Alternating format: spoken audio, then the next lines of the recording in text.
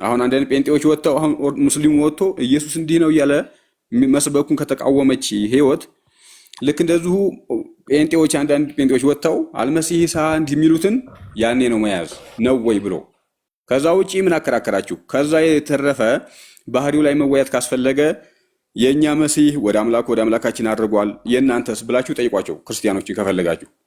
በቃ እንዲህ አይነት የባህሪ የምታወራው አልገባኝም። የምታወራው ልጅ ጀነት ሙስሊም ነህ? እኔ ሙስሊም ነኝ፣ ግን ሙስሊም ወይ ገብተው በስም ጉዳይ ባይከራከሩ ባይ ነኝ። እሺ፣ ስለዚህ ኢሳ ማለት አንተ ትርጉሙን ታውቀዋለህ?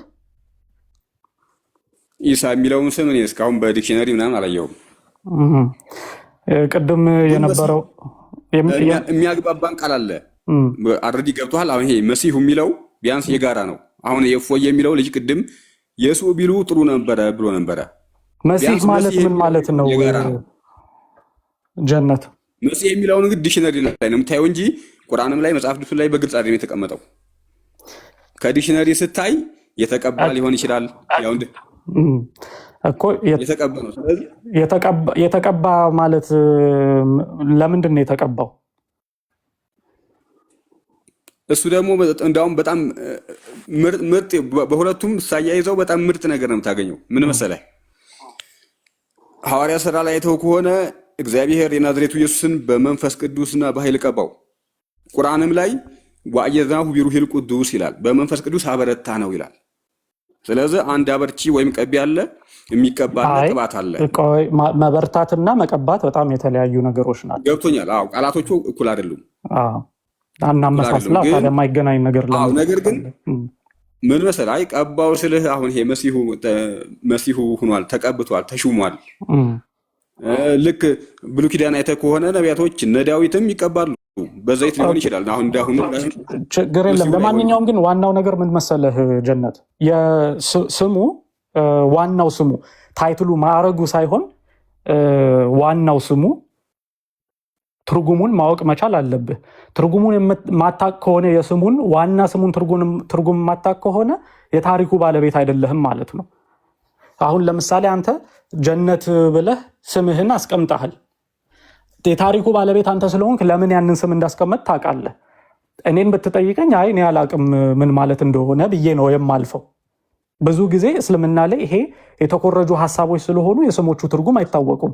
ለምሳሌ ኤልያስ የሚባል አላስማማም፣ ግን ኤልያስ ላይ እኮ የለም። አሁን አይ የተቀባ ወይ ኢየሱስ የሚለው ራሱ መች በትክክል እንትኑ ላይ አለ ባይብል ላይ አለ? ከውጭ ነው የምታገኘው። ምን የሚለው ኢየሱስ የሚለው አብርሃም፣ ከአብርሃም ውጭ ለምሳሌ ሙሴ የሚለውን ማንኛውንም ስም አንዳንድ ስሞችን ይተረጉምልሃል እንጂ ሁሉንም ስም እኮ አይተረጉምልህ መጽሐፉ እኮ ቋንቋ ነው እኮ የምልህ። ስለዚህ ቋንቋ ከሆነ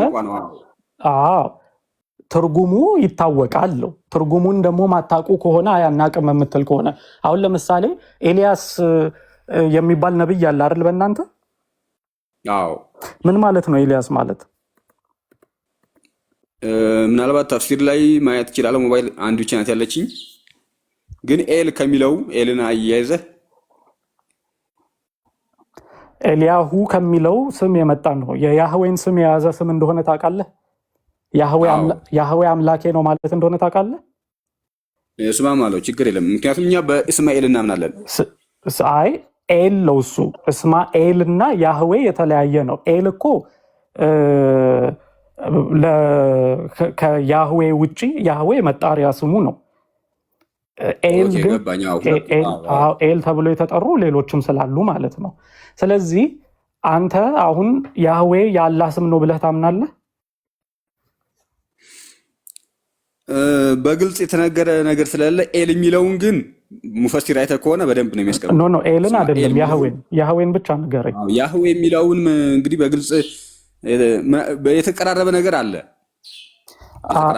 ግን በግልጽ ቁርአኑ ላይ ለዛ ነው አየህ ተኮርጆ የተወሰደ ሐሳብ ነው የምልህ። ለዛ ነው አሁን ለምሳሌ የተኮረጀ ሳይሆን መሰለህ እንደ እንትኑ አሁን ለምሳሌ ምን መሰለህ አሁን ኢሳ የሚለውንም የድሮ ክርስቲያኖች አይተህ ከሆነ አይቃወሙም።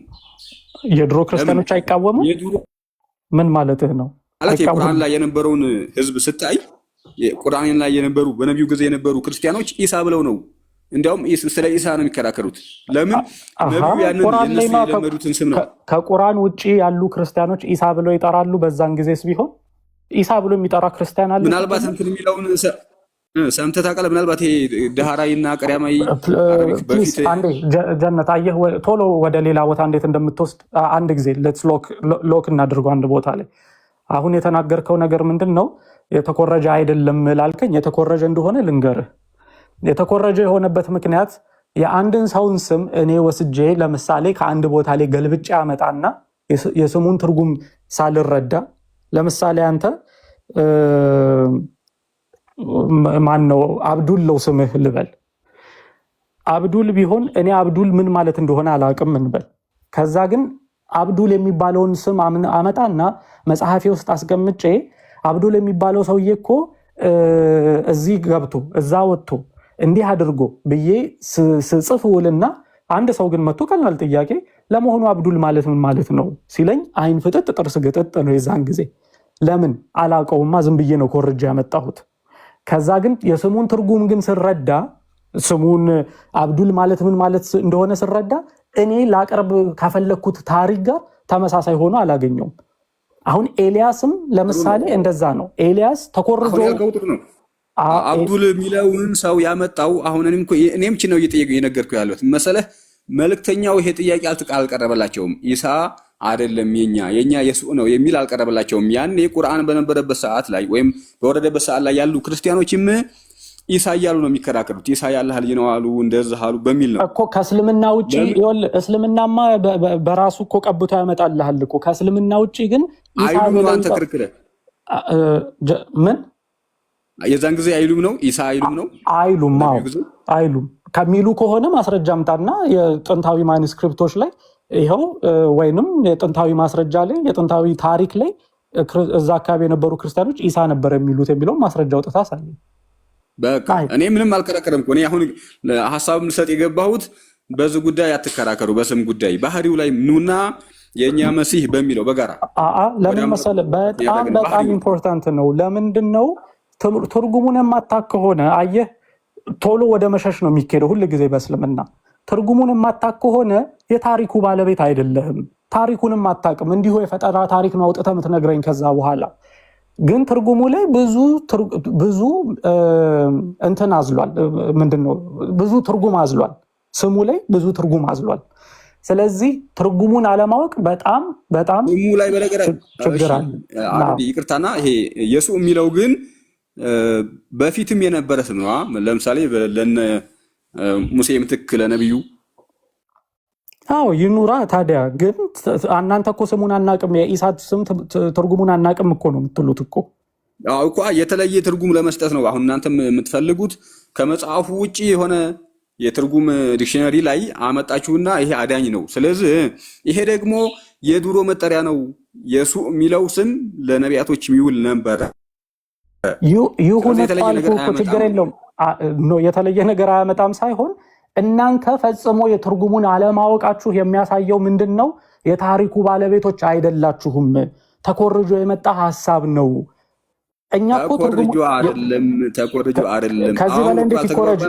እንዴት ነገርኩህ እኮ የአብዱልን እኮ ምሳሌ ሰጠሁህ። አዲስ ኪዳን እኮ ከብሉይ ኪዳን ተኮርጆ አይደለም። አዲስ ኪዳንና ብሉይ ኪዳንማ የአይሁዶች መጽሐፍ ነው እኮ። የአይሁድ ክርክር ነው። አይሁድ ነው ይሄን የሚከራከረው። እናንተን የሚከራከራችሁ ገልብጣችሁ ነው የኛን የነቢያቱ ታሪክ እያለ የሚገላበጠው። ይሄ መገለጥ ነው። በእኛ እምነት እንደዛ ነው። ሊሆን ይችላል መገለጥ ሳይሆን ተኮርጆ ነው። ለምን መሰለህ? አዲስ ኪዳንና ብሉይ ኪዳን የአይሁዶች ታሪክ ነው፣ የአይሁዶች መጽሐፍ ነው፣ በአይሁዶች ነው የተጻፈው። እናንተ ግን አረቦች የሚያምኑትን እምነት በኋላ ላይ ከአይሁዶቹ ተቃራኒ የሆነ ሰው መጥቶ አይሁዶቹ ምንድነው ይሄ ታሪካቸው ባልተከሰተበት ቦታ በማያውቃቸው ሰዎች ጭራሽ ቅርርቦች በሌላቸው 600 ዓመት ቆይቶ የመጣ ሰው መጥቶ ግን አይ እንዲህ ማለት ነው ስሙ እንዲህ ነው ብሎ ሲናገር ምን ማለት ነው? ከየት አመጣኸው ይሄንን ስም ብላችሁ እንዴት አትጠይቁትም? እንዴት አይጠየቅም? ኢሳ እንዴት ተባለ? ከየት መጣ? እንዴት ጥንት አንድ ቦታ ላይ እንዴት ኢሳ ተብሎ አልተጠራም ብላችሁ እንዴት አልጠየቃችሁም? እሺ እኔ ዞሮ እዚህ ላይ ምንም አስተያየት አልሰጠም። ይሄ በስሙ ጉዳይ እንደነገርኩ ነው። ለቦታ ላይ ሌላ ሰው ለቃለሁኝ። ግን ምናልባት ከፈቀድክልኝ እዚች ላይ አንድ ጥያቄ ነበረኝ ባህሪው ላይ። አይ አንድ ጥያቄ ሳይሆን አንተ እኔ ሐሳቡን ለመንገር ነው የመጣሁት አትከራከሩ ለማለት ነው። ያኔ ራሳቸው መጥተው አልመሲህ ኢሳ እንዲህ ነው ሲሉ ነው ወይ ብላችሁ ጠይቃላችሁ ሙስሊሞችን። ኦኬ እኮ ወደ ሐሳቡ እንሂድና አንተ ለምሳሌ ኢሳ የአላህ ልጅ ነው ብለህ ታስባለህ? አይ እኔ እንደዛ አይደለም። ኢየሱስ ግን እኔ የእግዚአብሔር ልጅ ነኝ ብሎ ተናግሯል አይደል? አዎ በመጽሐፍ ቅዱስ ተናግሯል። አዎ ስለዚህ ኢሳና ኢየሱስ አንድ አይደለም። አዎ እኔ ምንም እሱ ላይ አልከራከርም። ምንም ነው አይደለም። ምክንያቱም አልተሰቀለም ብለን ነው እኛ የምናወራው ምንታችን። ስለዚህ ታዲያ ለምን ከ600 ዓመት በኋላ የመጣ የፈጠራ ውጤት ለምን ታምናለህ? የፈጠራ ውጤት አይደለም። እሱም አዲስ ኪዳን የፈጠራ ውጤት ይሆንብሃል። እንደዛ ካልክ እኮ በአይሁድ መነጽር ፈጠራ ነው ሙሉ በሙሉ ሁለታችን። የምን አይሁድ መነጽር? አይሁዳውያኖች ናቸው እኮ አዲስ ኪዳን የጻፉት። ቢላውን ተወውና በመግባባት እንድናወራ አሁን እኔ ስማ ጥያቄ ሆነብኝ። ወሳኝ ነገር አለ። ስማ በአይሁድ መነጽር ለምን ትላለህ? አዲስ ኪዳንን ማን ነው የጻፈው? አዲስ ኪዳን አይሁድም እምነት ተከታዮችን ያልኩት እንጂ አይሁድ ዘሮችን አይደለም። ገባኝ። አይሁዳውያን እምነት ተከታዮች አይደሉ አዲስ ኪዳንን የጻፉት እኮ በአይሁድ ዘር ነው የተጻፈው። ግን አይሁድ ወጥተው ቆይ ተው በአይሁድ ዘር አይደለም። የአይሁዳዊ እምነት ተከታዮች ናቸው አዲስ ኪዳንን የጻፉት። አይሁድ ናቸው እንትኖቹ ጸሐፊዎቹ። አዎ የአይሁድ ሐዋርያው ቅዱስ ጳውሎስ ምንድን ነበር እምነቱ? ስለዚህ አሁን አዲሱን እንትን ሲቀበሉ ክርስቲያን አልተባሉም ይባሉ። ምን አገናኘው ታዲያ? ይባሉ ክርስቲያን ማለት እኮ የክርስቶስ ተከታይ ማለት እኮ ነው እንጂ አይሁዳዊነታቸው ይቀየራል እንዴ? በቃ እኮ እሱን ነው እያልኩ ያለሁት። እና ታዲያ ምን ይሁን ታዲያ? ስለዚህ አይሁዳውያን እንትን ይላሉ ብለህ እንትኑን ለማደባበስ አትሞክር። ሁለቱም አይሁድ ናቸው። ግን በብሉይ ኪዳን አይሁዶች የእናንተ ፈብረካ ነው እንዴ? የብሉይ ኪዳን አይሁዶች ናቸው የአዲስ ኪዳን የጻፉት። ምን ሆነሃል? በብሉይ ኪዳን አይሁዶች የብሉይ ኪዳንን አይሁዳውያን ሐዋርያው ቅዱስ ጳውሎስ አዲስ ኪዳን ተጽፎ ነው በሕይወት የነበረው። የብሉይ ኪዳን አይሁዳ እንደዛ እያልኩ አይደለም። ያልተቀበሉ ማለት ነው። አዲሱን ኪዳን ያልተቀበሉ ማለት ነው እንዴ? ታዲያ አዲሱን ኪዳን ባይቀበሉ ምን አገናኘው አንተ ከምታወራው ነገር? ምንድን ነው የሚሉት እነሱ? አዲሱን ኪዳን ምን አገናኘው? ይኸውልህ አሁንም አብዱል ብዬ ልጠራ ነው። እሺ ጀነት ብዬ አልጠራህም። ጀነት ስለምን የምጠራኝ? አይ እንደዛ ብለህ ጥራ። አላበዛኔ እኮ እኔም መጥሪያ አለኝ። ጥሩ አይደለም መጠራራት። በስራ ቢሆን ጥሩ ነው። በቃ እኔ ጀነት የሚለው ስምህ አይደለማ ጀነት። እኔ ኦልሬዲ ስሜ ነው። እኔም ባይሆን ስም ከምጠራ ጥሩ አይደለም። ኦልሬዲ ስሜ ነው። እኔ እንዴ ከዛ ይልቅ እስኪ እኔ አሪፍ ጥያቄ ነበረችኝ። የሆነ ጥያቄ ሆነብኝ ነገር። ቆይ አንድ ሚውት ላይ ሆነሽ አየህ፣ አንድ ቦታ ላይ ከተቆልፋችሁ ካልተያዛችሁ ሁል ጊዜ አደባብሳችሁ ለማለፍ ትሞክሩና ከዛ በኋላ ምንድነው ሁል ጊዜ ወደ ማምታታት ነው የሚካሄደው። እንደዛ አይደለም። በግልጽ አይሁዳውያን ናቸው አዲስ ኪዳንን የጻፉት። ብሉይ ኪዳንን ተረድተውት ብሉይ ኪዳንን የገባቸው አዲስ ኪዳንን ኢየሱስ ክርስቶስ ማንነቱን በደንብ ተረድተው ነው አዲስ ኪዳንን የጻፉት። ያልገባቸው አይሁዶችና የገባቸው አይሁዶች ብለህ ነው የምትከፍላቸው። የተቀበሉትና ያልተቀበሉት ብለህ ነው የምትከፍላቸው። አይሁዳውያን ናቸው። ያንተ ግን አንድ አረብ ግለሰብ የማያውቃቸው በታሪካቸው በዘራቸው ያልነበረ አንድ አረብ ሰውዬ ከሺህ ምናምን ኪሎ ሜትር ባትል ጥሩ ነው። ለምን ታዲያ ሁለታችንም አረዲ ቆየው በሙሴ እባክህን አንድ ጊዜ አረብ ሰው ነው እኮ አረብ ሰው አትበል ትለኛለህ እንደ አረብ አይደል እንደ መሐመድ ፕሊዝ አዳምጠኛ። አንድ መጀመሪያ አንተ አዳምጠኛ ወርቼ ልጨርስ እባክህን። ይሄ አረብ ሰው ተነስቶ መጥቶ በታሪካቸው አልነበረ ዘራቸውን የማያውቅ ነቢያትን አግኝቶ የማያውቅ ፈጽሞ ምንም እውቀት የሌለው ሰው መጥቶ መጽሐፍትን የማያውቅ አንብቦ የማያውቅ መጽሐፍትን ከዛ በፊት ወርድ ላለኝ እሺ ስለማይቻለው ያው ታውቃለህ፣ እኛም በዚህ እንዲህ ነገር መስማት አንችልም። ምንድነው ከተናገርኩት ነገር ትክክል ያልሆነ ነገር አለ? ለምንድነው ወርዳለሁ? ትክክል የማይሆነው ምን መሰለህ? አረዲ ሙሴ ስለ አዳም ምን አግብቶ ጻፈ ብልህ ምን አገባው? ተገለጠለት ነው የምትለው። ቢያንስ እሱ ይኸውልህ ቢያንስ እሱ ምስክር አለው። ለሙሴ ምስክር ነቢያቶች ይመሰክሩለታል። ተገለጠለት ነው። በዛም ማለት በዚህም ተገለጠለት። ቢገለጥለትስ ተገለጠልኝ ሲል ብቻውን ነው መጥቶ ተገለጠልኝ ያለው? ብቻውን መጥቶ ነው ተጣጣ። አሁን ይሄኛውም ይሄ እባክህ ቆይ ይሁን ላይ ታምታታላችሁ ስልህ በምክንያት ነው። አየህ ሙሴ ተገለጠልኝ ብሎ ሲናገር ብቻውን መጥቶ አይደለም። ይሁንላችሁ ተገለጠልኝ እኮ ያለው እግዚአብሔር ለእስራኤላውያን ድምፁን እያሰማ ኦኬ፣ ወንድሙን አሮንን መርጦ ሰባዎቹ ሽማግሌዎች ላይ መንፈሱን አውርዶ እያናገራቸው እያዩት እየሰሙት ነው። ኦኬ፣ የሚደረገውን ክስተቱን እየተመለከቱ ነው። ስለዚህ ሙሴ ብቻውን መጥቶ እንደዛ ብሎ ቢሎሮ እንዴት አድርገን ሙሴ ብለን ልንጠይቅ እንችላለን። ብቻውን አይደለም። መሐመድ ግን ብቻውን መጥቶ ለዚያውም ባልኖረበት ባልተገናኘበት ቦታ በማያውቃቸው መጽሐፍቶች መጥቶ እኔ ታሪክ ልንገራችሁ ብሎ ሲናገር ለምን እናምነዋለን? መሐመድን ኮርጆን ያመጣው ምንለው ለዚህ ነው። በመገለጥ ታምናለህ እኮ። ማን መሰከረለት ለመሐመድ? ማናየው መገለጥ ነው የምታምነው? እንደው በየትም እኮ አታመልጥም። በአንዱ ብታመልጥ በአንዱ ራሱ ማመልጥ አትችልም። ማን ነው የምን መገለጥ እኮ? ይኸውልህ ለነቢያት ምስክር አላቸው እኮ እያልኩ ነው። አሁን ድምፅ ሰምተዋል ብለኛል። አሪፍ ነው የተናገርከው። ድምፅ ለሙሴ ለምሳሌ ህዝቡ እየሰማ ነው አምላክ የተናገረው። እሺ ለመሐመድ ድምፅ ሰምተዋል? የሚገርም ጥያቄ ሁላ እዚህ ላይ ነበረ። አምላክ ለሙሴ ሲናገር እባክህን አብዱል አዳምጠኝ እባክህ። ጥያቄ ጋር ስለመጣልኝ ነው አገብቶኛል። ግን ችግር የለም የኔን ጥያቄ መልስልኝ። ሌላ ወሬ ጋር እናውራ ይችለኛል። ችግር የለም። አይ የኔን ጥያቄ መልስልኝ። ለመሐመድ እንትን አለው ወይ? ለመሐመድ ሰሃባዎቹ ሰምተዋል ወይ? ከሰማይ መገለጥ ሲመጣለት ለመሐመድ ድጋፍ አለው ወይ? ሌላ ሁለተኛ ወገን አለው ወይ? የሚመሰክርለት ምስክር አለው ወይ? መልስልኝ ይሄንን። እሺ ጥሩ ነው። ሁሉም ነቢያት እኩል አይነት መገለጥ አለው ብለን አናምንም። ምን አገናኘው? ንገረኝን አልኩ እኮ ይሰማል። የግድ ልክ እንደ ሙሴ ለህዝቡን መስማት አለበት ብለን አናምንም። እንደዛ ነው። አይስማ አትሊስት ሁለተኛ ምስክር እንዴት የለውም? የሚጨምርልህ እኮ ምስክር የሚለው ደግሞ ለምሳሌ ለሙሴ ከኋላ የመጡ ነቢያቶች መስክረዋል። ጥሩ ነው። ይህ አሁን አሪፍ ነገር ነው። ግን ማወቅ ያለብህ ነገር መሰለህ፣ ከኋላ የመጣና ከፊት የመጣ እኩል አይደለም። ምስክር የሚሰጠው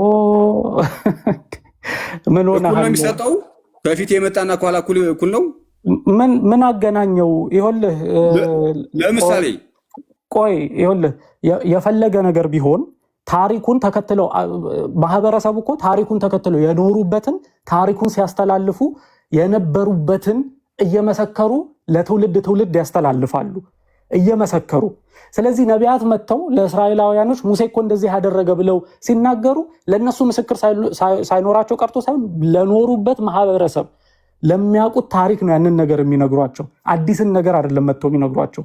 መሐመድ ግን አዲስን ነገር ነው ይዞ የመጣው የማይገናኝ። ነቢዩ የመጨረሻ ነብይ ናቸው። በቃ እኮ የመጨረሻ ሲሆን ከኋላው ሊመሰክር የሚችለው ከኋላ የመጣ ነብይ ነው። ለምሳሌ መሲሁ ይመጣል ወደፊት። በጊዜው በወቅቱ መሐመድ በህይወት እያለ የመሰከረለት በነብዩ ጊዜ ማን አለ? ሌላ ነብይ? እስኪ ማን አብሮ ይመስክር? በጣም እናመሰግናለን። ስለዚህ ለመሐመድ ምንም ምስክር የለው። ምንም የመጨረሻ ነብይ እኮ በህይወት እያለ ሲሆን እኮ በቃ ወደፊት እንግዲህ መሲሁን ነው የምንጠብቀው። መሲሁ እባክህ በህይወት እያለ መሐመድ በህይወት እያለ ሌላ ነብይ የግድ መኖር እኮ የለበትም። ነቢያት ኖሮ ነው ለእስራኤላውያን ድምፅ ሲሰማ የነበረው? ሌሎች ነቢያት ሆነው ነው አይደለም? ሁሌ መገለጥ እንደዛ አይደለም እኮ እያልኩ ነው።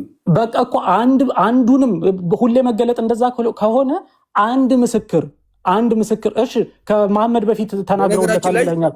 አንድ ምስክር ስጠኝ እሺ፣ ከመሐመድ በፊት የመሰከረለት። አሁን እኔ የመጣሁበትን ዓላማ ርዕሱ ላይ ነበረ።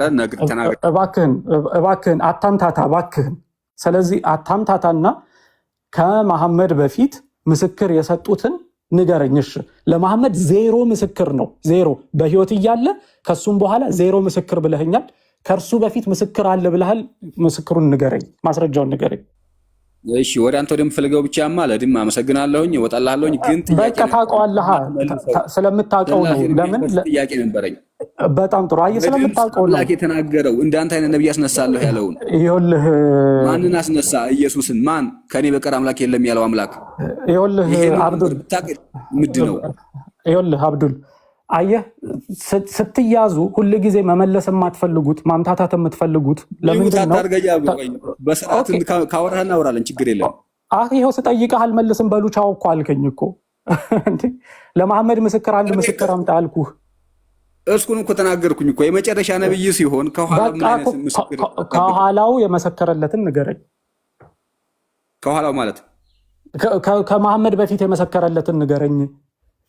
ከፊትማ ይሄው ቁርአን ላይ በደንብ ተነግሮሃል። እንደዚህ ለምሳሌ መሲሁ ቁርአንማ መሐመድ ነው እንዴ? ይሄማ ሰርኩላር አርጊመንት እኮ ነው። እሺ እንውጣና ደግሞ እንፈትሽና ደግሞ ለምሳሌ አለ ወይ የሚለውን ደግሞ እኔ ወደ የተጠቀሱ መጽሐፎቹ ያው በእኛ እንደተበረዙ ታውቃለህ።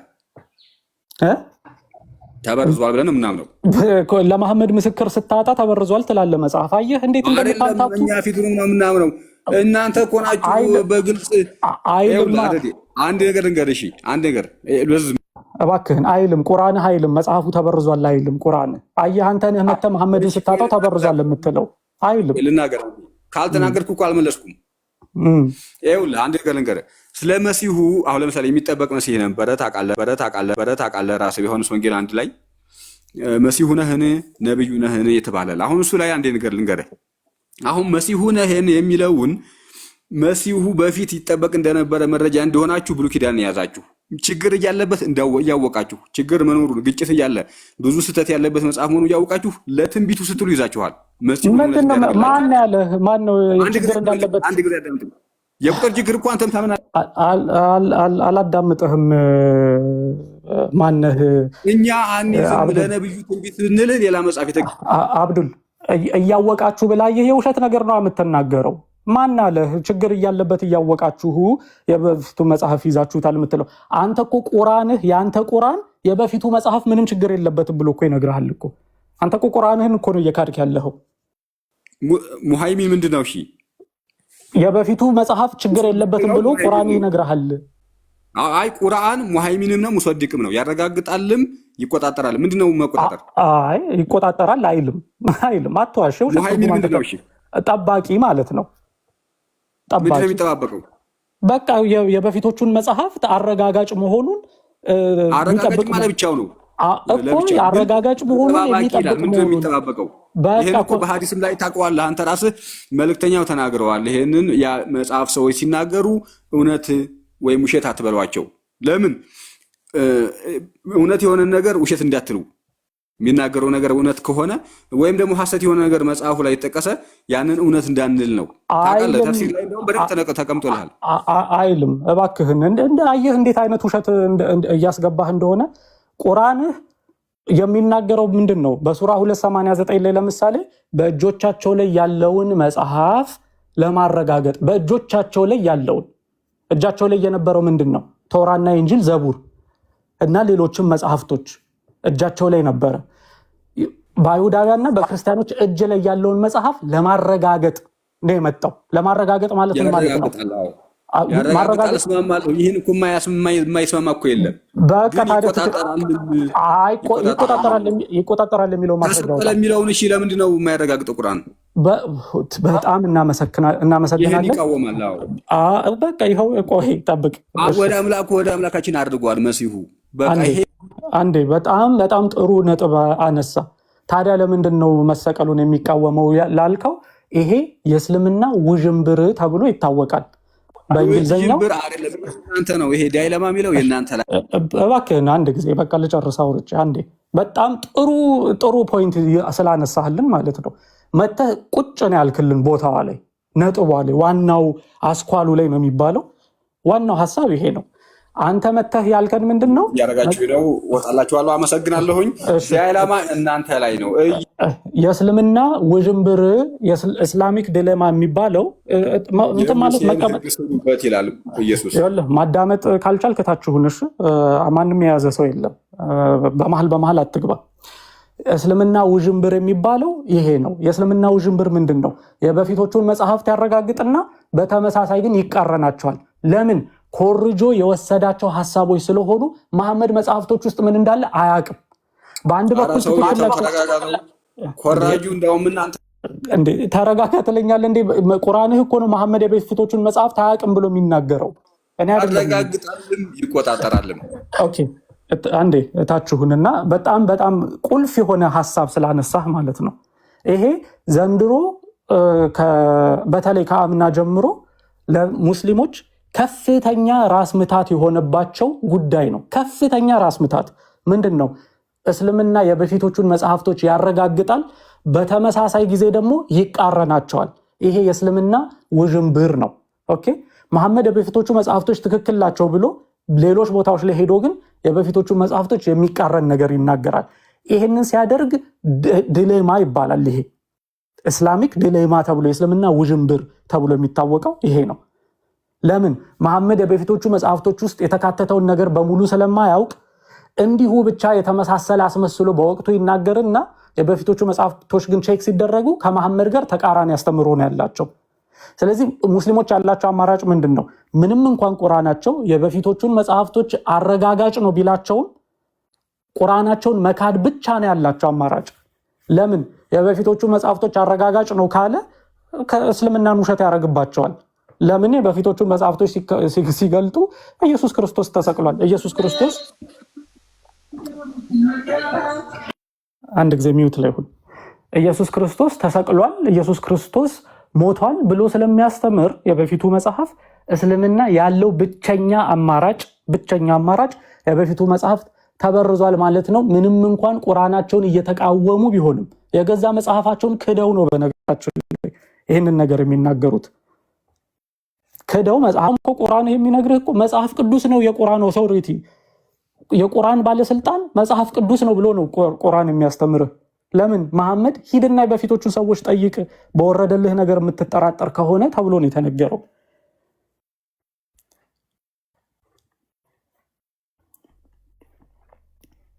ኦኬ የበፊቶቹን መጽሐፍቶች ሂድና ጠይቅ መሐመድን ነው የተነገረው። ጥርጥር ውስጥ ብትሆን መሐመድ የምትጠራጠር ከሆነ ሂድና ሌላ ቁርአን አንቀጽ አንብብ አይደለም የተባለው የበፊቶቹን መጽሐፍቶች። ለምን? የበፊቶቹ መጽሐፍቶች እንዲያውም ኦቶሪቴቲቭ የሆኑት ባለስልጣን የሆኑት በቁርአን ላይ የበፊቶቹ መጽሐፍቶች ናቸው። እና የተበረዘ መጽሐፍ የሚያነቡትን ሰዎች ሂድና ጠይቅ ነው የተባለው። እንዴት አይነት አስተሳሰብ ነው የምታስቡት? ስለዚህ ይህንን እንትኑን ተዉት፣ ማምታታቱን ተዉት። ሙስሊሞች አያዋጣችሁም። አታምታቱ። ቁጭ ብላችሁ ብቻ እንትን በሉበት በደንብ። ይሄ ከአንድ ቦታ ወደ አንድ ቦታ መዝለል፣ ሁል ጊዜ አንድ ቦታ ተይዛችሁ እስኪ ቆሙ፣ እራሳችሁንም ፈትሹ። አንድ ቦታ ብቆም ሌላ ቦታ ሳልዘል አንድ ቦታ ብቆም እውነት እስልምናን እንዲያው ትክክል መሆኑን መረዳት እችላለሁ ወይ ብላችሁ አስቡበት በደንብ። ኦኬ። ስለዚህ መሐመድ ራሱ የተነገረው ሄዶ የበፊቱን መጽሐፍቶች የሚያነቡትን ሰዎች እንዲጠይቅ፣ የበፊቱ መጽሐፍቶች የአላህ ቃላቸው የአላህን ቃል ማንም መቀየር አይችልም ተብሎ ቁርአንህ ላይ ራሱ ተቀምጦ አንተ ግን መተህ አይ ተቀይሯል ብለህ ተነግረናለህ። በጣም እኮ የሚያሳፍር እኮ ነው። ለመጽሐፋችሁ ራሱ ሪስፔክት የላችሁም፣ አክብሮት የላችሁም። ማንም የአላህን ቃል አይቀይርም እያላችሁ አይ ተውራትና እንጂል እንኳን ተቀይሯል። ተውራትና እንጂል ያላህ ቃል ናቸው? አዎ ናቸው። እንዴ ታዲያ እዚህ ጋር እኮ ቁርአኑ የአላህን ቃል ማንም መቀየር አይችልም ይላል። ኖ ቢሆንም ሰዎቹ ቀይረውታል። ለምን? መሐመድን እውነተኛ ለማድረግ ፈጣሪያችሁን ትክዳላችሁ። ፈጣሪያችሁን ብትክዱ ይቀላችኋል መሐመድን ሐሰተኛ ከማለት። አያችሁ፣ በዚህ ደረጃ ነው እስራት ውስጥ ያስገቧችሁ። በዚህ ደረጃ ነው አይምሯችሁን ቆልፈው የያዙት። እና ከዚህ ውስጥ እንድትወጡ ከዚህ አይነት ጨለማ ውስጥ እንድትነቁ ነው እየነገርናችሁ ያለነው። እንደዛ ነው። ቢኒ እንኳን ደህና መጣ። እንኳን ደህና ቆየኝ። አረዲ ደህና ነህ? ሰላም ብያለሁ። እግዚአብሔር ይመስገን። እግዚአብሔር ይመስገን። እኔ ግን ሙስሊሞች ብዙ ጊዜ ስለ መጽሐፍ ቅዱስ ይጋጫል፣ ተበርዟል ምናምን ብለው የሚያነሱት በራሳቸው ውስጥ ያለውን ነገር ለመደበቅ ይመስለኛል። አልፎ ተርፎ ማለት ነው እንደዛ ብለው የሚናገሩትና ባይዘዌ በማስረጃ እና በትክክለኛ ማስረጃ የተረጋገጠው የእነሱ መጽሐፍ ነው። መቃጠሉ፣ መጥፋቱ፣ መበረዙ እጅ ጽሁፍ ላይ ባይዘዌ ጥንታዊ ማኑስክሪፕት ላይ ከስር እያጠፉ ከላይ ሌላ ሲጽፉ እንደነበረ እጅ ከፍንጅ ተይዟል። ይህ ሁሉ ነገር ያለው ቁርአን ላይ ነው። ግጭትም እዛው ላይ ነው ያለው እና ይሄን ለመሸፈን ሁልጊዜ ወደ መጽሐፍ ቅዱስ ላይ ይመጣሉ እና ይሄን ነገር አብዝተን መናገር መቻል አለብን ብዬ አስባለሁ። እና የአብዬን ከክ ወደምዬ ልክክ እንደሚባለው ወደ እነሱ እንዳይታሰብ አስቀድሞ አታክ ያደርጋሉ እኛን ማለት ነው። እና ግን እውነታው ግን እነሱ ጋር ነው ያለው። እውነታው ስል መቃጠሉም መተረዙም መጥፋቱም መደለዙም ኢንቴንሽናል ሆን ተብሎ ማለት ነው። ቁርአንን የማስተካከል ስራ ሲሰራ የነበረው ማለት ነው። አርዲ የሚሰራበት ነው። ከሱ እኔ መቼም ለሱ አልነግረውም ከሱ በላይ በዚህ ዘርፍ ያጠና ስለሌለ ማለት ነው። እና እነዚህ ነገሮች ስለሚያደርጉ ቀድመው እነዚህ ነገሮች እንዳይነሱ ይመስለኛል ስለ መጽሐፍ ቅዱስ ብዙ ነገር የሚሉት። ይሄን ነገር ማስታወስ ይገባል። ሁልጊዜ እነሱ በሚያነሱበት ሰዓት ላይ ይሄን ነገር ማስታወስ ይገባል። ቶፒኩንም ወደዚህ መመለስ ካስፈለገ ወደዚህ መልሶ ይሄን አሳምኖ ወደዚህ መመለስ መቻል አለብን ብዬ አስባለሁ። ከዛ በተረፈ ደግሞ አንተ እንዳልከው ቁርአናቸው ደግሞ ቋሚ ምስክር ነው። ምንም እንኳን የተበረዘ ቢሆን ቁርአናቸው ምንም እንኳን የሰው እጅ የገባበት ቢሆንም የተራረፉ ነገሮች ስላሉ እነዛ የተራረፉ ነገሮች እውነትን ይሰብካሉ ወይም ደግሞ እውነትን ይመሰክራሉ። ኦኬ ከሱ በፊት ያለው መጽሐፍ አልተበረዘም፣ ትክክለኛ ናቸው። ቁርአን የመጣበት ዋነኛ ከሱ በፊት ያሉትን መጽሐፍ ለማረጋገጥ ነው ብሎ ራሱ ነብያቸው ተናግሯል፣ ወይም ደግሞ አምላካቸው በቁርአን ላይ። ስለዚህ አምላካችሁን ሪስፔክት የምታደርጉ ከሆነ ቁርአናችሁን የምትቀበሉ ከሆነ በቁርአናችሁ የሚለውን ብቻ ተናገሩ፣ የራሳችሁን ሀሳብ አታስገቡ። አይ አላህን አንሰማም እኛ ካላህ እንሻላለን የምትሉ ከሆነ እንግዲህ ጸባችሁ የሚሆነው ከአምላካችሁ ነው። ከአምላካችሁ ጋር ጸባችሁ ይሆናል ማለት ነው እንጂ መታችሁ ዝም ብላችሁ የማይሆን ነገር አትናገሩ። ስለዚህ ቁርአናችሁ እንደሚናገረው በእጃቸው ላይ ያለውን መጽሐፍ ለማረጋገጥ ያም ደግሞ ብርሃን ያለበት መመሪያ የሆነ ተብሎ ተነግሯል። እንዲሁም ይፍረዱበትም ሁሉ ብሏል። ሱረቱ አልበቀራ 97 ይሁን ከ92 ጀምሮ ብታነቡት እንዳለ አንዳንድ ቁጥር እየዘለላችሁ እንዳለ ይሄን ነው የሚያስረዳው። ስለዚህ ማን ነገር አትናገሩ። ብታመጡ አንድ ምዕራፍ እንኳን ብታመጡ አብዛኛው ግን ያው አብዛኛው አይደል የሚታየው አብዛኛው ክፍል ስለ መጽሐፍ ቅዱስ መልካም ነገር ነው የሚናገር። አንዳንድ ነገር ለማምጣት ትሞክራላችሁ። እሱ እናንተ እንደምትሉት አይደል። አሁን ሰዲቅ ነው ብሎ ምንድን ነበር ያለው? ተቆጣጣሪ ነው ብሎ ለማለት ሞከረ። የለም እኮ ተጠባባቂ ነው። ተጠባባቂ ማለት እንዲሁም ቤንች ማለት ነው። ተውራትና ኢንጂል ካሉ ጥቅም የለውም ማለት ነው። ቁርአን ተጠባባቂ እንደዛ ነው እኛ የምናውቀው። እንግዲህ ትርጉሙ ተጠባባቂ እነዛኞችን ተክቶ የሚገባ ማለት ነው፣ እነዛኞቹ ሲጎዱ። ስለዚህ አሁን ተውራትና ኢንጂል ደግሞ አልተጎዱም፣ እንደነበሩ ነው ያሉት። አልተበረዙም ከተባለ ተጠባባቂ ሆኖ ቁጭ ብሎ ይጠብቃል ማለት ነው ማን ቁርአን። ስለዚህ ቤንች ሆኖ ነው የወረደው እያላችሁ ነው እንግዲህ አምላካችሁ። ኦር ደግሞ ሊያረጋግጥ ከተባለ እሱንም እንትን ማለት እንችላለን፣ መሄድ እንችላለን። ከዛ ውጭ ግን መጽሐፉን የሚጥል አይደለም። የትም ቦታ ላይ መጽሐፉን የሚጥል አልተናገርም። ስለዚህ በመጀመሪያ ከመጽሐፋችሁ ከራሳችሁ መጽሐፍ ላይ እጃችሁን አንሱ። ኦኬ ኢቭን አሁን እንኳን አማርኛ ትርጉሞቹ ላይ እንኳን እንዴት አይነት የማረም ስራና የመበረስ ስራ እንደሚሰራ ሰሞኑን ታያላችሁ። አይዘው አይደለም አረብኛው ላይ አረብኛውማ እጃችሁን አብኩታችሁበታል። እጃችሁ ብቻ እግራችሁን ገብቶበታል። ያላረጋችሁት ነገር የለም። ስታቃጥሉ፣ ስታጥቡ፣ ስትቀዳድዱ፣ ስትጨምሩ፣ ስትቀንሱ መሐመድ የረሳውን ሁሉ ተነሰከ እያላችሁ ታሪክ እየፈጠራችሁ እንትን ስትሉ የነበረ ነገር እኮ ይታወቃል። ኦኬ የቁርአን ክፍሎች የጠፉ የቁርአን ክፍሎች ስንት እንደሆኑ አይታወቅም እኮ። የራሳችሁ ስኮላሮች ይመሰክሩባቸዋል፣ ግን እነሱን አትቀበሉ። ቁርአንን በቃላቸው የያዙ ሰዎች ብዙ የያዙ ሰዎች እነሱ ብቻ የሚያውቁት የቁርአን ክፍል እንደጠፋ ሁሉ ይናገራል። እንግዲህ ከእስልምና ሴክት አንዱ የሆነው ሺያ ደግሞ 17000 ቨርስ ነበር የወረደው ብሎ ይናገራል። እነሱም ሙስሊሞች ናቸው። ቁርአን 17000 ቨርስ ነበር የወረደው ለመሐመድ። አይሻና አቡበከር አቃጥለውት ነው የሚሉት እነሱ ክሌም ሲያደርጉ። እቺ ብቻ አይደለችም አሁን ያለችው 6232 ቨርስ እሱ ብቻ አይደለም 17000 ተመልከቱ እንግዲህ ምን ያህል ክፍሉ እንደጠፋ ማለት ነው። ይሄ የተገኘው ከይሁዳ አይደለም ወይ ከክርስቲያን አይደለም፣ ከይሁዳ አይደለም ወይ ከክርስቲያን አይደለም፣ ይቅርታ ከራሳችሁ ከሙስሊም ከሚባሉ አሁን የምትቆሉላቸው ኢራኖች ማለት ነው። ኦኬ አሁን ከእስራኤል ጋር ባለት እንትን ደጋፊ ሆናቸው እነሱ የሚሉት እንግዲህ እናንተ ሱኒ የምትባሉ እነ አቡበከር እነ አይሻ ይሄ በዛ በኩል ያለው ማለት ነው ከግማሽ በላይ የሚሆን የቁርአን ክፍል አቃጥሎ ወይም አጥፍቶታል ሆን ብለው ነው የሚከሷቸው። ሳሂህ በሆነ ማስረጃ እነሱ ሰንሰለት ቆጥረው ማለት ነው መሐመድ ድረስ እንደሚሄድ ሰንሰለት ቆጥረው ያስቀምጣሉ እነሱ። ይሄን አርዲ ላሳያችሁ ይችላል አልካፊ ላይ፣ እኔም አለኝ አልካፊ ላይ ላሳያችሁ ይችላል።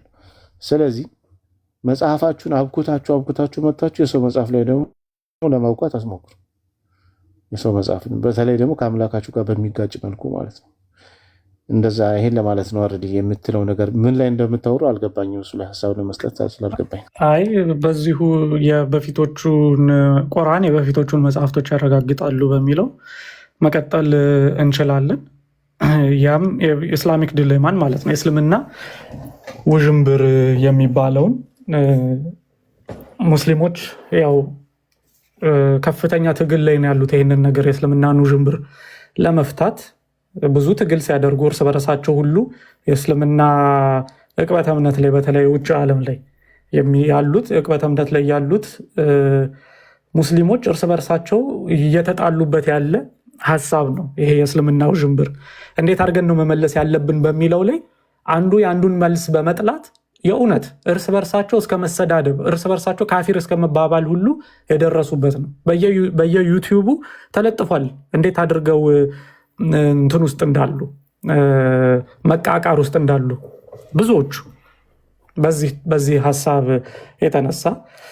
ስለዚህ ይህንን ሀሳብ እናነሳለን። እኛም እስልምና የበፊቶቹን መጽሐፍቶች ያረጋግጣል። ተበረዘ የሚለው ሀሳብ ጭማሪ ሙስሊሞች በኋላ ላይ መሐመድን እውነተኛ ለማድረግ መሐመድን ፈልገው ሲያጡ ከመጽሐፍ ውስጥ በቃ ያለን አማራጭ ተበርዟል፣ አልተበረዘም ካልን መሐመድ የለም መሐመድ ውሸታም ነው ማለት ነው። ይህንን ደግሞ ከምናደርግ ብንዋሽ ይሻላል፣ ቁርአኑ የማይሉን ነገር ብንል ይሻላል ብለው ሲናገሩ እንመለከታለን። ለዛ ነው መዓት አይነት እንትኖች ምላሾች የምናየው ከሙስሊሞቹ በዚህ ጉዳይ ላይ። እንደነ ኢብን ተይሚያ አይነቶች ምን ይላሉ? አይ ያልተበረዘ መጽሐፍማ አሉ ያልተበረዙ፣ ሁሉም ተበርዟል ብንል ውሸታሞች ነው የምንሆነው። እንደዛ ማለት አይቻልም። እስከ ቂያማ ቀን ድረስ አሉ እነዚህ መጽሐፍቶች ይኖራሉ እነዚህ መጽሐፍቶች ብለው አስቀምጧልና ኢብን ተይሚያ። ስለዚህ እነዚህ መጽሐፎች ካሉ ደግሞ እስልምና ያበቃለታል ማለት ነው። እስልምና ያበቃለታል እና ለምሳሌ ሱራ 547 ላይ እንደዚህ የሚል ነገር እናገኛለን። የኢንጅልን ባለቤቶች በውስጡ አላህ ባወረደው ሕግ ይፍረዱ ብሎ ይናገራል። ስለዚህ በተበረዘ መጽሐፍት ነው እንዲፈርዱ ያዘዘው የምትሉ ከሆነ ይሄ ሞኝነት ነው። ኦኬ ግዴታ ያላችሁ አማራጭ ግን ይሄንን ትክዱና ይሄንን እንዳልተናገረ ታረጉና ችግር የለም አላህን ብንክደው ምንም ችግር የለም ብቻ እንደምንም አድርገን መሐመድን እውነተኛ እናድርግ ብላችሁ ይሄንን ልክ ቁርአን ውስጥ እንዳልተጠቀሰ አድርጋችሁ ትተውታላችሁ። አይ ይሄ እኮ ማለት የፈለገው እኮ ከመሐመድ በፊት ለነበሩ ሰዎች ነው ሁሉ ብላችሁ ትናገራላችሁ። በጣም በሚያሳፍር መልኩ ማለት ነው። ተው እንጂ ይፍረዱ ተብሎ እየተነገረ ይፍረዱ ማለት ቀጣይነት ያለው ትዕዛዝ ነው። ወደፊትም ለሚመጡት በመሐመድ ጊዜ ለነበሩት ብቻ ሳይሆን ከመሐመድ በኋላም ላሉ ሰዎች ቀጣይነት ያለው ትዕዛዝ ነው። ስለዚህ በሌላቸው መጽሐፍ ይፍረዱ ተብሎ አይነገርም። መጽሐፍቱ እንዳላቸው መሐመድ ያምን ነበረ። ማንም አልቀየረውም የአላህን መጽሐፍ ብሎ ሁሉ ይናገር ነበረ መሐመድ በቁርአኑ ላይ። ሱራ ስንት ላይ ነው? የአላህን ቃል ማንም መቀየር አይችልም ብሎ አስቀምጧል። ማንም መቀየር አይችልም። ስለዚህ መጽሐፋችሁን ወይ ትክዳላችሁ ወይ ደግሞ አምናችሁ ትክክል አለመሆኑን ትረዳላችሁ ማለት ነው። እንደዛ ነው። ቁርአን አንዲት ግጭት የለውም። ከዚህ በላይ እንዴት አድርገን እናሳይህ ዳሽ? እሺ ኑረዲን እንኳን ደህና መጣ።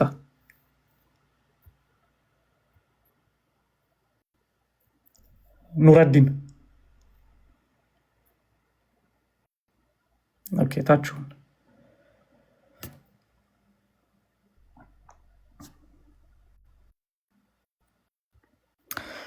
ኦኬ። ስለዚህ ባጭሩ እስልምናችሁ መሐመድ የማያውቀውን መጽሐፍት ያላነበበውን መጽሐፍት በቃ እነሱን መጽሐፍቶች ይጠቀሙ ብሎ ተናግሮ ነበር። እዚህ ላይ ይኸው እንደምታዩት የመሐመድ ንግግሮች ናቸው እነዚህ። በነገራችን ላይ ማን ፈጣሪ ይህንን ወይ መሐመድ ነው የተናገራቸው ወይ ደግሞ በአካባቢው የነበሩ ሰዎች ያግዙት የነበረው መጽሐፍ ላይ የነበሩ ሰዎች የጻፉትን ነው እንጂ ከፈጣሪ የመጣ ነገር የለም። ስለዚህ መሐመድ ሲናገር ምን ብሎ ተናገረ? የኢንጂል ባለቤቶች በውስጡ አላህ ባወረደው ሕግ ይፍረዱ። ለምን? መጽሐፍታቸው እጃቸው ላይ ነው ያለው፣ በመጽሐፍታቸው ይጠቀሙ እያለ ነው። በመጽሐፍታቸው ይጠቀሙ። ይህንን ደግሞ ደጋፊ ሀዲሳቶች አሉ ይህንን የሚናገሩ። ለምን? መሐመድ መጽሐፍት ውስጥ ምን እንዳለ እሱ ከሚናገረው ነገር ጋር ፈጽሞ ተቃራኒ እንደሆነ አያውቅም ነበረ። በኋላ ሙስሊሞች በፊቶቹ መጽሐፍቶች ምን እንደሚሉ ማወቅ ሲጀምሩ አጣብቂኝ ውስጥ ይገባሉ።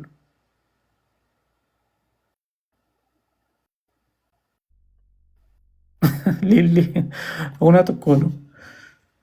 ለዛ ነው ያው እኔ ራሱ እኮ ጽሁፏ ገርሞኝ በጽሁፍ ልመልስላት ነበር። በቃ መለስክላት። እስልምና ምን አለ መሰለን፣ በገዛ ዳቦ የልብ ልቡን አጣሁት የሚባል ነገር አለ። ከአንተ ዳቦ ወስዶ ወይም ደግሞ ሰርቆ ወስዶ ለአንተ ቆዳውን ሰጥቶ ለራሱ እንቡጡን የሚበላና የራሱ የሚያስመስል ከመጽሐፍ ቅዱስ ላይ ኮርጆ እምነቱን ከመጽሐፍ ቅዱስ መስርቶ ከዛ መጽሐፍ ቅዱስ ተበረዘ ይላል። አስቸጋሪ ነው። እሺ በጣጣሽ መሐመድ ሰላም፣ እንዴት ናችሁ? ሰላም ፍቅር፣ እንዴት ነሽ? እንዴት ነሽ? እግዚአብሔር ይመስገን። ጋሽ ቢኒ ቅድም አርድዬ ልጁ ምን ሲል ነበር መሰለ? ነቢያቶችም አዳኝ ተብለዋል ብሎ ሲናገር ነበር። የቅድም ሰውዬ ጀነት ያለው ማለት ነው። አስተውለኸው ነበር? ያ ክርስቶስ ማስረጃ አምጡ ቢባሉ አያመጡም። አንድም ነቢይ አዳኝ የተባለ ነቢይ አምጡ ቢባሉ የለም። ክርስቶስ አዳኝ ሲባል ከምን አኳያ ተባለ የሚለውን ብንጠይቀው ወይም ሌሎች ነቢያት ደግሞ እንደዛ ተብለዋል የተባለበትን ማስረጃ ስጠን ብንለው ከየትም ሊያመጣ አይችልም። ግን ምንድነው ሁልጊዜ በሄዱበት መዋሸት፣ ለመጽሐፉ ታማኝ አለመሆን ምናምን ስለሆነ እንዲህ ይላሉ። ፕላስ ሁለተኛ ምን ተናግሮ ነበረ? እናንተ ያልተባለውን አለ እያላችሁ እያለ ሲወቅሰን ነበር። ልክ እንዳላሁ ማለት ነው። አላሃቸው እኛን ይወቅሳል፣ እነሱም ተከትለው ከሱ የተሻለ እንኳን ማገናዘብ እየቻሉ መጽሐፉ ስላለ መጽሐፉ እንዲህ ይላል ማለት እየቻሉ እናንተ አላችሁት ይላሉ ማለት ነው። እኛ ካልነው ማስረጃ አምጡ እስቲ ሳይባል እኛ ያልንበትን አምጡና ማስረጃውን መሞገት እኮ ችግር የለውም።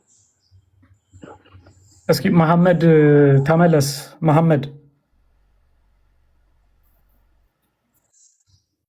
መሐመድ አለ? ኦኬ እሺ፣ ታችሁንና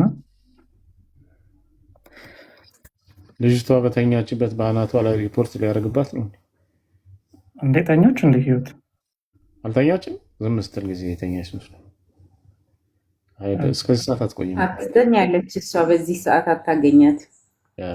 ቅድም ጀምሮ ልነጠቅ ነው ስትል ነበር። ለማንኛውም ሙስሊሞች እያላችሁ ያለነው ነገር ምንድን ነው? መጽሐፋችሁን ቁርአናችሁን አትካዱ። ኦኬ፣ አትካዱ። ጠይቁ። መጠየቅ ለነገሩ ብዙ ጊዜ አሁን እየተመለከትን ያለነው ነገር መጽሐፋችሁን ታነቡታላችሁ እንጂ ምን እንደሚል አታውቁትም። እናንተ የሚያስጨንቃችሁ እንዴት አድርገን እቺን ድምፅ እናውጣት፣ እቺ ድምፅ ትረዝማለች ወይንስ ታጥራለች፣ እቺ ድምፅ ተያያዥነት አላት ወይንስ የላትም የሚለው ነው እንጂ የሚያሳስባችሁ ትርጉሙ አይደለም። በሚያሳዝን መልኩ እንዲህ አድርገው ነው እስራት ውስጥ ያስቀመጧችሁ። ትገረፋላችሁ። ራሱ ዋ ብላችሁ ድምፁን ካረዘማችሁት ይገርፏችኋል። አስተካክል።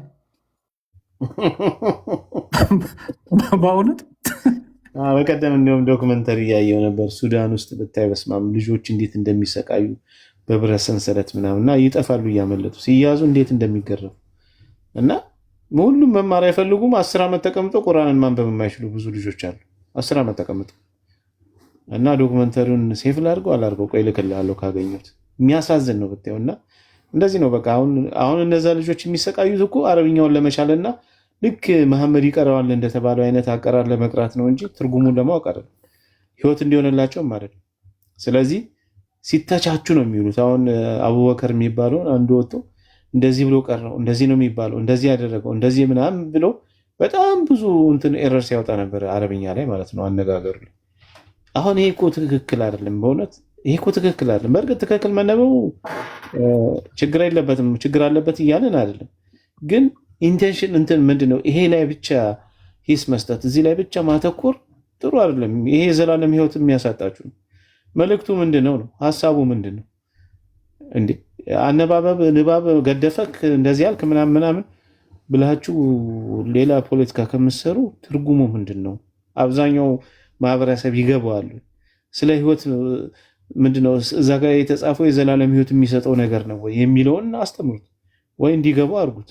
አረብኛ ውስጥ ተወጥፋችሁ አረብኛ ብቻ ሰውን አደንቁራችሁ ይዛችሁታል። በአረብኛ አደንቁረው እግዚአብሔር ያነባዋል አያውቁም፣ የሚያነባውን ነገር አያውቁም። ብቻ በአረብኛ ግን ይለበልበዋል እኮ በቃ ደስ ይላቸዋል መሰለኝ አረብኛ ሲናገሩ። እና መቶ በአረብኛ ምንድነው ትርጉም ተፍሲር አላጠናው። ይሄ እኮ 30 ዓመት 40 ዓመት የሚሆነው ሰው እኮ ነው ባይዘው አረብኛውን የሸመደደዋል። እስከ ዛሬ ግን የአረብኛውን ትርጉም የሸመደደውን አያውቁም። እኔ ተፍሲር አላጠናውም ይላል። በ40 ዓመቱ መቶ በ30 ዓመቱ መቶ ቁርአኑን በአረብኛ ይለበልበዋል። ትርጉም ሲባል አልቀረውም ተፍሲር ጉድ እኮ ነው። እና ባለፈው ስንላችሁ እንደነበረው ቁርአንን የሚያነብ ሙስሊም ይባላል፣ ቁርአንን የተረዳ ደግሞ ሙርተድ ይባላል። እንደዛ ነው። ዝም ብሎ ማንበብ አሁን ይሄ ድምፁ አወጣጡ ምናምን አስጨንቋችሁ የምታነቡ ከሆነ ሙስሊሞች ናችሁ እናንተ። የተረዳችሁለት ግን ሙርተድ ትባላላችሁ። ሲገባችሁ ትርጉሙ ገብቷችሁ ግን ያነበባችሁት ለታ እስልምናን ትታችሁ ትወጣላችሁ።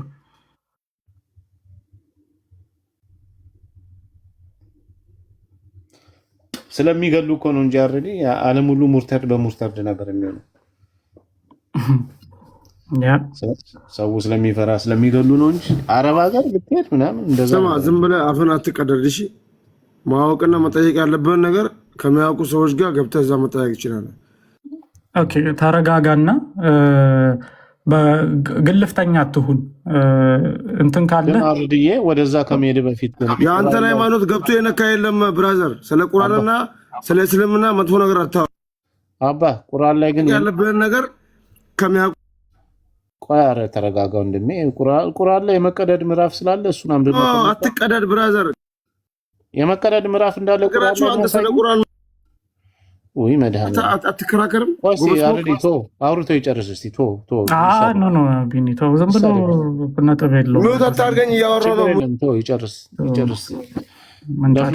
ይጨርሳል እኮ። አይ ቁርአን ላይ መቀደድ ምዕራፍ እንዳለ የገባው መሰለኝ። እሱን አንብበን ነው እኛ እየተቀደድን ያለ ነው። እሺ ቀጥል። የሰው ሃይማኖት የነካ የለም ይላል መጽሐፍ ጽፈህ እኛን ትሰድብ ትረግም የለ እንዴ? ከናላህ ጨምሮ ወንድማች ጤነኛ ነህ ግን? ቀጥል አረዲ። እስቲ ካለ ላስገባውና ሌላም ወይም ሰው ካለ እስቲ ፖዝ አድርጓል። ስልክ ገባበት መሰለኝ። አረዲ ስልክ ገባበት። እሺ ኢትስ ናት ሚ ሙስሊም ነህ? ኡስታዝ እንኳን አይደለም። እሺ የሉም ሙስሊሞች። እስቲ ምናልባት ይሄኛው ሙስሊም ከሆነ እሺ ሙስሊም ነህ ወረደ። አይ እንትን እኮ ላሳያችሁ ነው። ሙስሊም ዶክተር ጋር አይኑን ሊመረመር ሄዶ አንድ ፎቶ አሳይቻለሁ። አይ አላየሁም። ምን አይኑን ሊመረመር ሄዶ አይቼዋለሁ። ኦልሬዲ አይ ቆይ እንጂ እንደኛም ስንት ቁርአን ይታያል ብሎ ይጠይቀዋል። አንድ ቁርአን ብቻ። ዶክተሩ ደንግጦ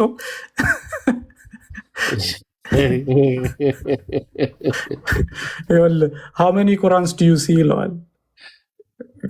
ሀፍስ፣ ዋርሽ፣ ቃሉን፣ አልባዚ፣ ቁምቡል፣ አልዱሪ፣ አልሱሲ፣ ሸዋባ እያለ አስቀመጠና ስንት ነው ይለዋል። ሰውየው አይ ኦንሊ ሲ ዋን ቁርአን ይላል። ዶክተሩ ደንግጦ አይ በደንብ መመርመር እንትን ያስፈልገዋል፣ መነጽር ያስፈልገዋል። ሌላም ሕክምና እንትን የሚባለው ምን ነበር የሚባለው? የአይን ግፊት የሚባለው ሀገር ቤት ምን ነበር እሱ ይዞታል። ትራኮማ ነው ምን ነበር ስሙ? አንድ ነገር ነበር እንደ ትራኮማ አይነት አይደለም። ከዛ ደግሞ እዚህ ጋር ደግሞ እንደዚህ ይላል። እናንተ ናቸው እኮ ነው ጃይ እንዲዮሲ ናቸው ደግሞ ይሄንን የሰሩት። እዚህ ጋር እንደዚህ አድርጎ ያስቀመጣልና ሙስሊሞች ሶስት አምላክ ብሎ ንግግሩ ራሱ። ከዛ አንድ ቁርአን አለ፣ አሁንስ ስቲል አንድ፣ አሁንስ ስቲል አንድ፣ 20 ተደርድሮ ስቲል አንድ።